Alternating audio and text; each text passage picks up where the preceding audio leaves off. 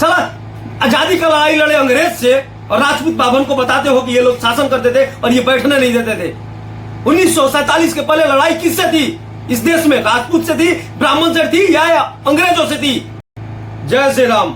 हमारे आस्था पर चोट पहुंचाने वालों, हिंदुओं पर सवाल उठाने वालों, तुम्हारा विज्ञान इतना ही आगे है तो तुमसे एक सवाल है मेरा कि तुम और तुम्हारा विज्ञान सिर्फ 30 दिन बिना दवा पानी अनाज का किसी इंसान को जीवित रख के दिखा दे।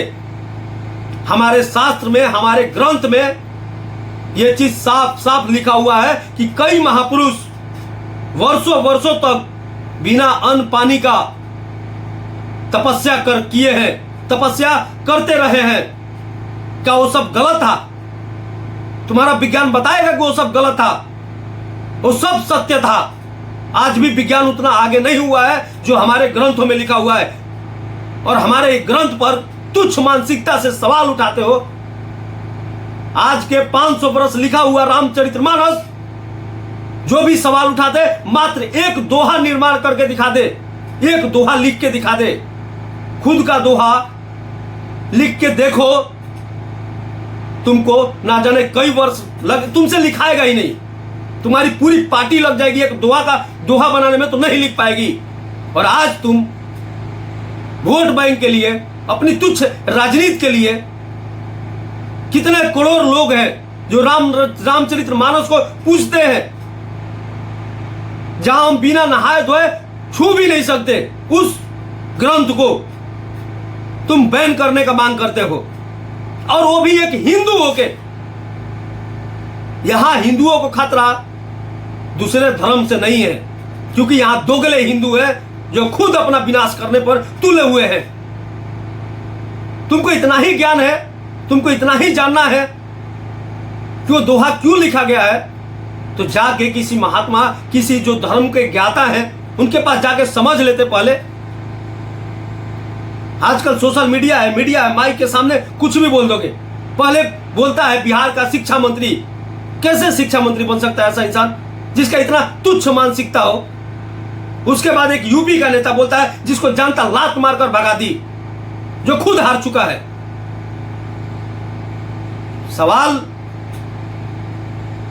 ऐसा करना चाहिए, सवाल उसको करना चाहिए जो उस चीज का ज्ञाता हो।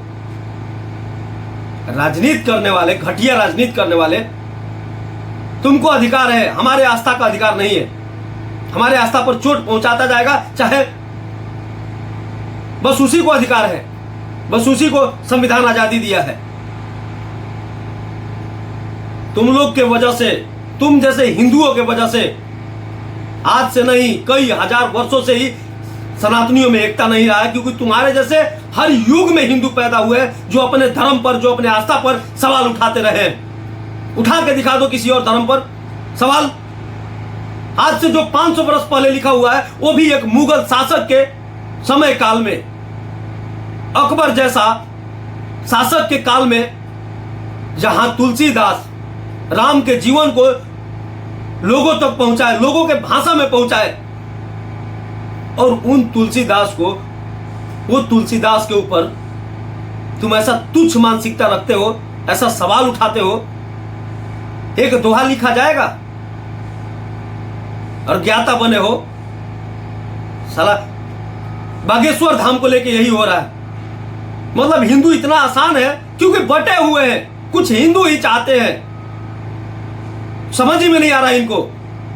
साला आजादी का लड़ाई लड़े अंग्रेज से और राजपूत बाभन को बताते हो कि ये लोग शासन करते थे और ये बैठने नहीं देते थे। 1947 के पहले लड़ाई किससे थी इस देश में? राजपूत से थी, ब्राह्मण से थी या अंग्रेजों से थी?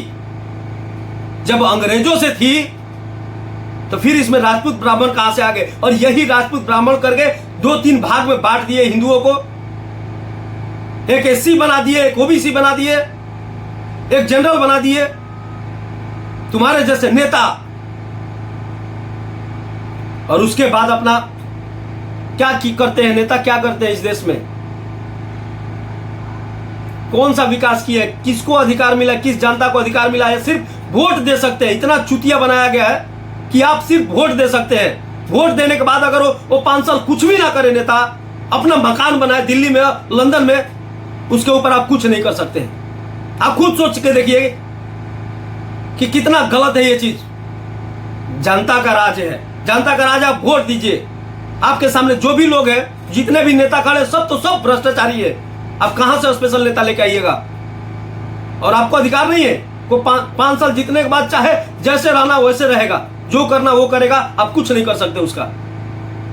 ये हालत बाबा बागेश्वर धाम को लेके इतना सवाल उठाया जा रहा है। धीरेन्द्र शास्त्री को लेके एक माइंड रीडर को बैठाया जा रहा है, टीवी पर दिखाया जा रहा है कि ये एक कला है और सुहानी है। आके टीवी पर ये साबित करने का कोशिश कर रही है। इसके पीछे बहुत सारे ताकत लगे हुए हैं और आज से नहीं, शुरू से ही हिंदुओं को तोड़ने के लिए ऐसी ताकतें अपना दम लगाती रहती है। लेकिन हम लोग को एकजुट रहना है, हिंदुओं को एकजुट रहना है, बटना नहीं है ऐसे तुच्छ मानसिकता वाले लोगों से। और इस वीडियो को ज्यादा से ज्यादा शेयर करिए। मैं भाषा का मर्यादा रखा हूं, लेकिन दिल में इतना आग है कि कंट्रोल नहीं हो रहा, मेरे से गाली निकल जाएगा जुबान से। हम लोग नहीं बोलते हैं, इसका मतलब ये नहीं है कि जो इच्छा करे वो आए और कुछ भी बोल दे। गौतम बुद्ध जो 6 वर्ष तक बिना अन्न पानी का तपस्या करते रहे, क्या वो गलत है? जो तुम नहीं जानते वो सब गलत है। आज के 50 वर्ष पहले कोई बोलता कि मोबाइल एक ऐसा चीज आएगा जिससे आप दूर बैठ के भी वीडियो कॉल पर आमने सामने बात करेंगे, कोई मानता? तो क्या ये गलत था? हुआ कि नहीं हुआ? और 6 वर्ष पहले जो 6 वर्ष तक गौतम बुद्ध तपस्या किए हैं, हो सकता है कि जो हम गेहूं और अनाज से ऊर्जा लेते हैं, शरीर को जीवित रखने के लिए क्या चाहिए? ऊर्जा चाहिए। और ऊर्जा कहां से लेते हैं हम? अनाज से लेते हैं, पानी से लेते हैं, सूर्य से लेते हैं, पृथ्वी से लेते हैं। वही ऊर्जा गेहूं लेता है और हमें दे देता है। गेहूं के पौधा को ऊर्जा कहां से मिलता है?